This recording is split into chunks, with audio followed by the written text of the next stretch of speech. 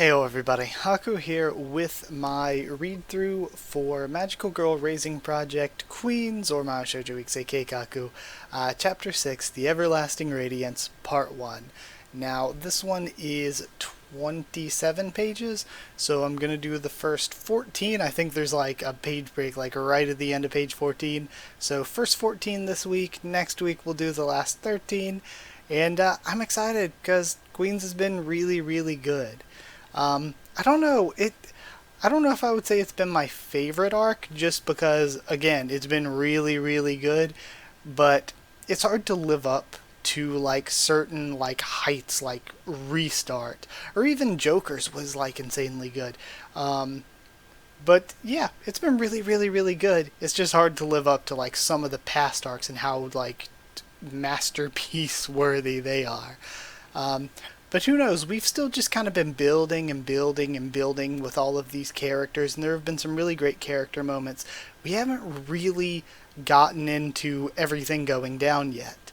But yeah, let's start off Chapter 6, The Everlasting Radiance, and we're starting off with Glassianne's perspective, which is a little different. I feel like we don't see from Glassianne's perspective that often. Hired by the Human Resources Division, Dark Cutie and Monoshiri Michan have faced death-defying situations many times before. Glassianne only vaguely understood them. In order to increase their chances of survival, Michan and Dark Cutie dedicated their whole lives to their jobs. They trained every day at the expense of their pleasure.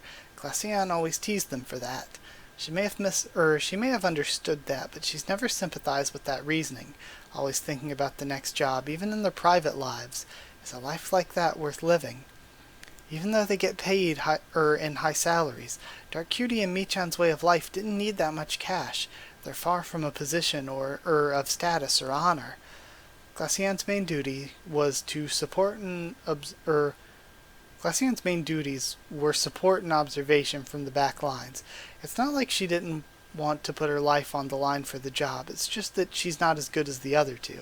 That's why she could never sympathize with their way of life. She tried asking this to Michan once. Michan, why are you in this kind of job? I thought your hobby was books and reading in the library. Is that useful for this job? Don't you want to relax? Isn't it stressful? You don't seem like the type who loves fighting and killing either. Michan listened and laughed. Although she laughed, it wasn't the kind of refreshing laugh you'd make. There was a bitterness in that laugh, but it was still a laugh. You're a lot better than I thought you were, Annie. Actually, I like fighting. I don't know about our leader, though. Have you asked her?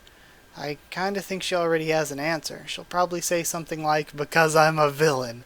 Don't you think? I love Dark Cutie. Pretty much. At that time, their conversation ended with just that. Glassianne didn't think Michan's reply was her serious tone. She thought that Michan just didn't want to have a heart-to-heart at that time. Because for Glassianne, this wasn't the same for her when all is said and done. For her, it's just a job. They probably didn't want to trouble her with the details, both Dark Cutie and Michan. Even so, at times like this, she kept thinking about these things, like something plugging your bathtub drain and wouldn't leave. Even though she couldn't see it, she knew it was always there. Now, she couldn't talk to Michan anymore. She was killed. She's gone. She wasn't just sad that Michan was killed, she was also a little afraid of the enemy who killed her. Michan was a pro, so her enemy must be a pro too. That, or she just had no emotion while facing her. Glassianne regretted not being able to mourn Michan properly. She also regretted not being able to ask her about her real intentions of doing this job. While lying down in the tent, Glassianne looked beside her with anger in her head. She saw Dark Cutie. She was doing stretching exercises with her wrists, placing the tip of her right index finger behind her right hand. It's natural for someone like her to be exercising her flexibility, but every time Glassianne sees her fingers bend at unnatural angles, she still couldn't believe it. Of course, because she has to make her shadow puppets. Hey, leader? Yes? You've been in this kill-or-be-killed thing for a while now, right? Even when the current job's done. You still think about the next one, right? Isn't that stressful? I can never do what you do. Dark Cutie stretched her spine to the extent that it could be seen from her back. She stretched out her chest as well. Because I'm a villain. Glassianne snorted out a laugh. Dark Cutie tilted her head in confusion. What's so funny? No, I'm fine. Don't worry. Nothing's funny. It's nothing. Don't feel bad. It's just, I kind of expected that. I've been thinking about this for a while, that's all. Dark Cutie untilted her head and continued stretching. Correction. Correction? What do you mean? Correction. It isn't because I'm the villain. Dark Cutie stretched her chest again with a serious face. It's because I'm the leading villain. While lying on the ground, Glassianne laughed with her cheeks red on the sheets. After taking a deep breath, she finished her laughter. And finishing her laughter, she spoke to Dark Cutie. Hey, leader? Yes. Her voice was a mixture of emotions. We have a guest, a card soldier, diamonds. She's alone, no weapons. I'm assuming they mean alone. Alone, no weapons. Dark Cutie stood up quickly and turned toward the entrance of the tent. A sound was heard, followed by footsteps. The diamond's face looked frightened. Looks like she hasn't noticed Glassianne yet. The diamond had a funny intonation. It's clear she's not used to speaking. Flesh summons Dark Cutie, said the card soldier. Glassianne stood up. Dark Cutie looked at her. Glassianne tapped her calves twice with her middle finger. It's a code for no problem. Glassianne already confirmed that Fleur was speaking with the card soldier's boss. She couldn't hear them, of course, because she saw them through their glasses, so it was an image only. Still, the atmosphere seemed very peaceful. However, just because she knew that Dark Cutie was being summoned, she couldn't figure out why she was being summoned. Dark Cutie left with the card soldier, leaving Glassianne alone. Instead of using her hands as pillows, Glassianne wrapped them around her knees. Dark Cutie was likely being sent to the battlefield, the ruins. Glassianne was mixed in with the other guests and ushered to a safer place. That's where she'll support the war effort.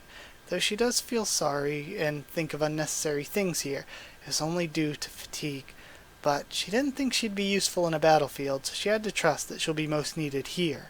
She prayed for Dark Cutie's safe return as she cleared her throat and yawned of tiredness. Alright, that was really good. I actually liked that a lot. That sort of was really good at letting me know how Glassianne is feeling, because like I said toward the beginning of that section, she's a character that we haven't really spent a ton of time seeing from her perspective. But now we're toward the end of page 4 with Fleur. So now we're actually going to see what Fleur talked to Hamuel and Led about. Unlike the previous three-way talks, the atmosphere now was a little tense. Hamuel chose a place where her boss, Let, wasn't around to have the talks.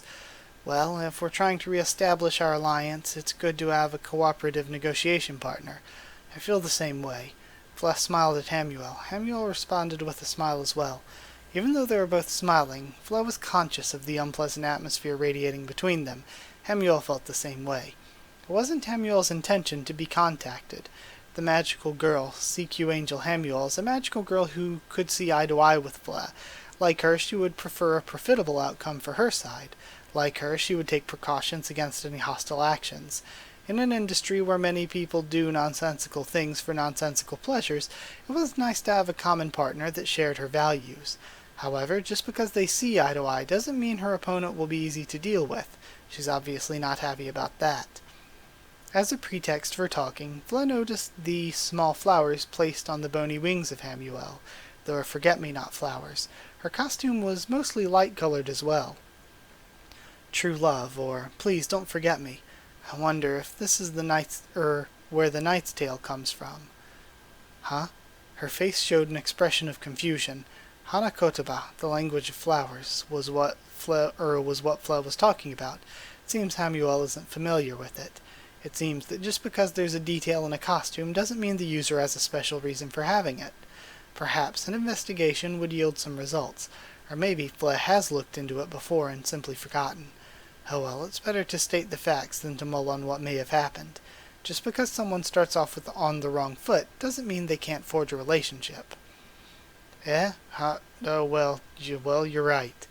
The Osk and Casper factions are allies, so where we're going we won't be enemies. Even though we still don't know what we'll do with the Puck faction. Hamuel began wiping up the stains that the plastic bottles made on the table with her hands. The reason she did this? Not because she was nervous. If she was nervous, she'd wipe the stains with a handkerchief. No, she wasn't nervous. She was stressed out. That's what Fleur thinks. Hamuel knew that Fleur was also trying to capture Premium Sachiko. It's because they talked about it now. She should have noticed when she explained her subordinate's magical skills, though Flav preferred not to say it out loud. But, she didn't clearly say anything. But now the story was different. Fla's memories have returned. The thick fog has become sunny. Everything she needed to do was laid out in front of her. Not just 1 or 2 steps, there were too many to count. Despite 2 factions vying for Sachiko, she's passed away now. Still, the Puck faction was attempting this ritual, and the Ask faction was trying to capture Sachiko to disrupt it. But Fla didn't need to talk about that anymore. From now on, they can all cooperate. Although Fla never knew about this, even when she first entered the Human Resources Division, the Human Resources Division was under the jurisdiction of the Casper faction for the time being. Thus, because the Casper and Ask faction were cooperating, it wasn't strange for Human Resources to cooperate with the Ask faction as well.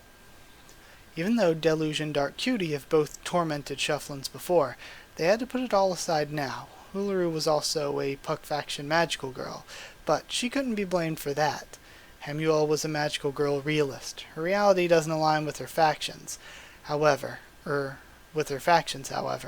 she would give priority to herself first. If her faction grows, she'd continue with them because there's a benefit to herself. That was the type of girl she is. Even if that were wrong, she didn't seem like someone who would gladly sacrifice herself. That was the impression that Fla had with her talks. I've inspected the staff data of the HR division and contacted the magical girls marked useful. Hopefully I can spearhead them. I can use them at their full potential. My, you are fast. I wouldn't call myself the best of the best. I just thought the earlier the better. I had to work with the examination division in case I couldn't use my magic on them. Basically, I had professional help, so yeah, it is fast. I see.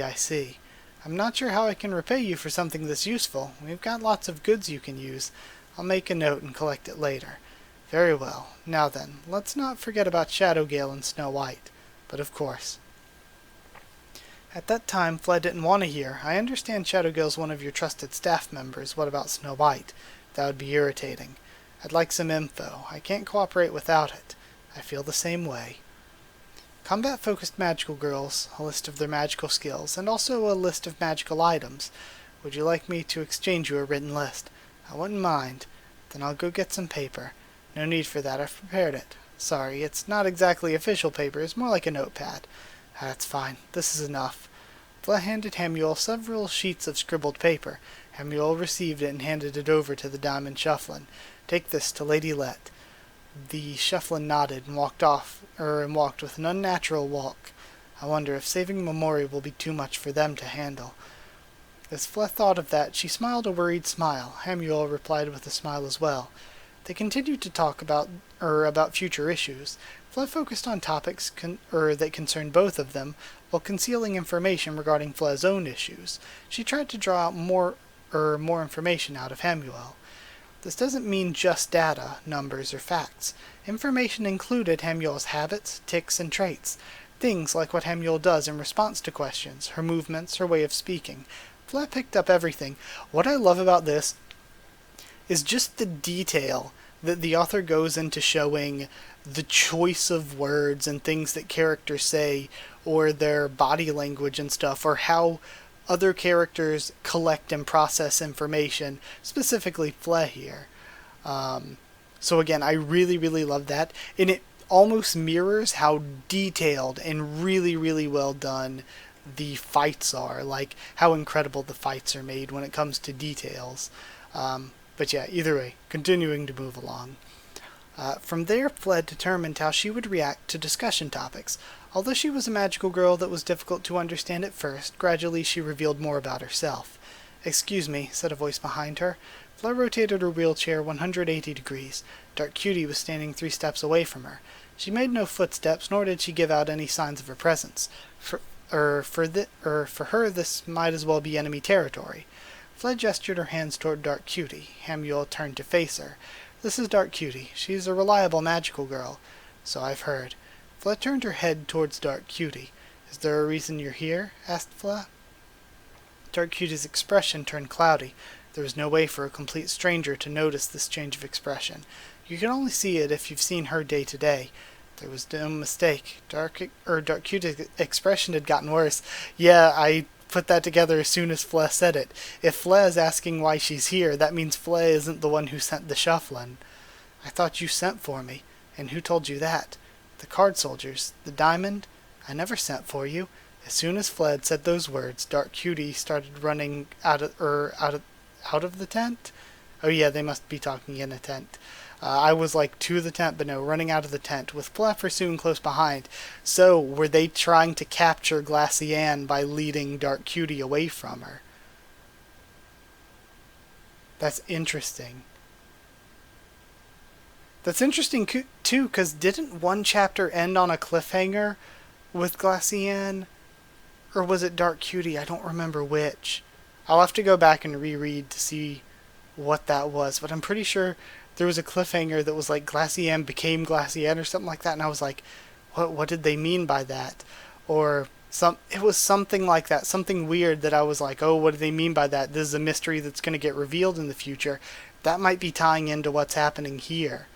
So yeah, I'm wondering, because they said the shufflin walked off weird. They also said that the shufflin spoke weird, which to me made sense because the shufflin like can't talk unless you teach them to talk. At least I'm pretty sure that's what I remember from Jokers. So if that's the case, then I think somebody used the shufflin to draw Dark Cutie away so they could get at Glassianne. Okay. So now we have Glassianne on page 9. Glassianne. Currently, Glassianne was forbidden from using her powers to scout the ruins. There is a possibility that she might see Puck. If you oh man, that's so true as well. If she sees Puck's powers will work on her. So Glassianne, like, they can't do surveillance because their surveillance people would start. And that's another brilliant reason for Puck herself to sit at the front lines, like at the gate, like we got to at the end of last chapter, because any of their scouting people, if they look at her, they could be affected by her powers. That's actually brilliant. If you fall to the enemy, we lose our eyes and ears. Fled said to her that warning, probably exaggerating a little bit. For better or worse, it worked, and Glassianne heeded those warnings well. Glassianne was necessary to fight the enemy. Even in the back line, she's useful this way. If Glassianne used her magic in the ruins, it was always with a local scouting group, cautiously scouting ahead. It'd be extremely bad if Glassianne converted to the other side. They'd be able to steal Glassianne's magical skill without even using her directly. She may start to give false reports to cause confusion. Because of that, Glassianne never directed her vision to the ruins. Most of the time it was directed toward the camp instead. Magical girls, mages, there were so many of them gathered together. It'd be hard for them to notice if Puck slipped a spy in, especially if they're close to a head of one of the divisions. If anyone was doing anything suspicious, it was Glassianne's job to find out. She continued her work. She checked the surroundings of the camp. Her sight stopped at one suspicious activity. Card soldiers were gathering around a tent, but wait, that tent was... It's this tent. The card soldiers were surrounding Glassianne's break tent. Glassianne placed her left arm in front of her face. Her expressions were that of shock and fear. This is so good. This is so good. And we have the illustration as well. Like, not only the detail with which it's written, but also like how unexpected this was. We've spent like 5 chapters just slowly building stuff up, and now like we're getting some really unexpected stuff. The card soldiers began to enter the tent. Glassianne quickly switched channels to find Dark Cutie. She confirmed that she was with her boss. They were chatting with an angelic magical girl from the Osk faction. Dark Cutie was behind her boss. Her boss turned around. Were they betrayed by Osk? No, that's wrong. That doesn't seem to be the case. If it was Osk, there's no reason they'd let Dark Cutie walk around freely. Was there another accident? So is this a spy, or is there a possibility? I know they weren't in like the character thingy. Could this potentially be members of the original Shufflin? I don't know. Because again, I still don't believe Grimheart and Shufflin are dead. It would be so strange to like kill them off screen like that.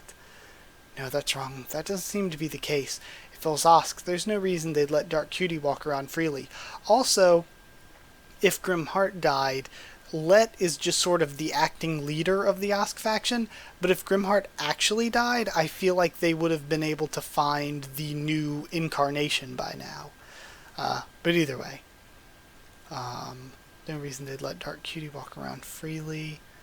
Was there another accident? Glassianne switched channels to her own surroundings. Bird's eye view from above. There were 4 clubs surrounding her. It's impossible to move with this cramped space in the tent. They had maces. Their numbers were 5, 6, 9, and king. Glassianne lay her head on the ground, placing her forehead on the tent floor. "Don't kill me. I don't want to die," she cried out loud. Kill. Death. She said those words, those phrases out loud. Maybe if someone outside heard her, they may come to help her. Even if they didn't come, if she cried out, the enemy might become impatient and would quickly try to finish the job.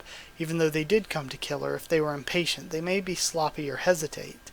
4 magical girls swung their maces toward Glassianne. It seemed there was no hesitation. However, they were impatient to quickly get the job done.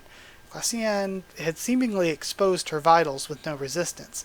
However, 4 people moving at once in a cramped space. She should take out the strongest one first. She grabbed the ankle of the king with her arm and pushed the king's knee with her other arm. The king fell down, but she didn't drop her mace. The king kept gripping on it with her right hand. Because of that, Glassianne wrapped her arm around the king's right arm, tightening her grip on it. The king's right arm was locked. And see, I like as well that she was attacked by the clubs here because they're the stealth units. And also it makes sense for Glassianne, even though she doesn't fight on the front lines, she's not like a slouch either, is being able to sort of tend with the stealth units because she can obviously see them with her powers. So again, I like all of this. At the time, Glassianne elbowed the king's nose. She held down the king's torso by wrapping her legs around it while bending the king's left arm. The 2 of them rolled on the floor, and Glassianne wrapped herself behind the king's back, placing the king above her. She tightened her grip on the king's neck. The other card soldiers raised their maces, but they couldn't bring it down. The king's body was above Glassianne's, blocking the way. In this position, if Glassianne tightened the grip even more and crushed the king's artery, the king will lose consciousness in a few seconds. In a magical girl battle, a few seconds is a long time. The 2 of them rolled again, and Glassianne twisted her body around in the opposite direction, twisting the king's tibia. While rolling on the ground, Glassianne received a hit by one of the maces. Glassianne broke the lock and crawled on the floor. She dashed again, I love all the details in the fights in this series. She dashed toward 5, grabbed her feet, and held her knees and twisted it, causing 5 to fall toward 6. At the same time, Glassianne rolled away and dodged 9's mace. There's no way a magical girl, who's used to fighting an enemy on all fours, there is no magical girl who's used to fighting an enemy on all fours on the ground. However, Glassianne was used to fighting on the ground. Her face was facing downward. She used her glasses to get a top-down view of herself. Using this, she could see the entire battlefield. She moved like a beast on all fours. Wherever she saw one of her enemies create an opening by trying to attack her on the ground, she would move in to take advantage. However, if her opponent got used to this fighting style, it would be near useless. The first chance was her best bet, or was her best chance. Again, I love this, how creative and different the use of this power is being done here. She twisted the ankle of 6 and bent it in the opposite direction, like she's attacking their ankles and their knees and just grappling them on the ground, because she sees everything from above, kind of like a top-down video game. She used timing to her advantage, allowing motion and physics to do the rest. Even someone with Glassianne's strength can break a stronger opponent's limbs. She bent 5's shin while kicking 9 downwards. 5 screamed out in pain and agony. Glassianne aimed for the corner of the tent, leaving the screaming 5 behind. However, the 6 that fell over blocked her escape route. Glassianne noticed 9 running up behind her, but while she dodged, 9 wasn't trying to attack her. Instead, 9 started running away from the tent. Then Glassianne noticed 5. She was holding something in her hands. On her right was a spherical object, on her left was a pin. 5 had tears on her cheeks from the pain she endured. Oh? Oh? So, she was holding... Her right hand was a spherical object, left was a pin. So, actually, is Ripple the spy then? Is Pithy using her powers... Well, I guess Pithy could have actually used her powers along with Puken's sword to brainwash a few of the Shufflin. That's possible. That's actually really possible. So yeah, Pithy could have brainwashed some of the Shufflin, or Pithy could be pulling Ripple in and out. So actually, that's pretty brilliant. 5 had tears on her cheeks from the pain she endured. Glassianne noticed it. It didn't even take her a second. A magical grenade. But it was too late. Oh, so I wonder if again they're going to kill Glassianne in the same way that Ripple killed Michan, just killing off this group here. And if so, I wonder what reason they have for attacking this group at the moment, when it would seem like even for Pithy's group, Puck is the bigger threat. But either way, that was the first 14 pages. That was really good. That might be one of the best, read-throughs parts so far for Queens. That was so good. So I guess we're getting CQ Angel Hamuel when I start off the next read-through. So I guess maybe through CQ Angel Hamuel, we will find out if this was an Osk faction plan, or if it was a Pithy plan. Because again, it seems like on her right she had the spherical object, and then 5 had tears from pain she endured, but I don't know if Shufflin normally react like that, so I don't know if that's actually a Shufflin. But either way, yeah, 5 was holding something in her hands. It was the spherical object, which is possibly oh wait, no, the spherical object might be the grenade itself. So 5, so again, this could be a Pithy plan, or this could be an Osk faction plan, and the Shufflin could be a suicide bomber trying to last chance take out Glassianne here, or this could, third option, be a Puck plan. These Shufflins could have been affected at some point in the past by looking at Puck, and so now the Shufflins are working for Puck by trying to take out Glassianne, who is one of her more dangerous enemies. Though again, if I were Puck, I wouldn't want to take out Glassianne, because though she's really useful for the enemy, all it takes is her seeing you, and she could become really useful for you. And that seems like Puck's MO. Puck typically doesn't really kill people, it seems, or send people to kill people. She keeps them alive so that she can use them. But yeah, either way, this is brilliant, and I love that I'm seeing that about this character. It just shows how well developed the psychology of all these characters are, that you can read the story and be like, oh, this character would do this sort of thing or react like this. It's just so brilliant. It's so good. That was awesome. We got a really great, really detailed conversation between Flet and Hamuel, who I'm really liking. And we got this really, I almost really don't want Glassianne to die here, but I think that grenade did it. Because this really made me connect to Glassianne for the first time, and really, the fight was really good. And again, the fight was so creative. The uses of powers in this are like the most creative I've seen. The fact that they could have been like, oh, she just fights normally and uses her powers to be really good at martial arts, but no, she crawls around on the ground and goes after people's ankles and knees because she isn't really a skilled fighter, but she can sort of catch them off guard and do things differently because she has the ability to see from top down, so she doesn't have to fight like a normal person. And in fact, it benefits her to be this way, especially personality-wise, since she doesn't really want to fight. So yeah, I love this. This was a brilliant section of the story. I hope you enjoyed. Thank you for watching. Like, comment, subscribe, follow on Twitter if you want. If you want a link to the Discord server asking, I'll give you one. And if you would like to help support the channel on Patreon and help me keep making videos that way, it's patreon.com/HakuOfTheTubes, or a link will be in the description. Either way, that's it. Thank you for watching, and I'll see you all next time.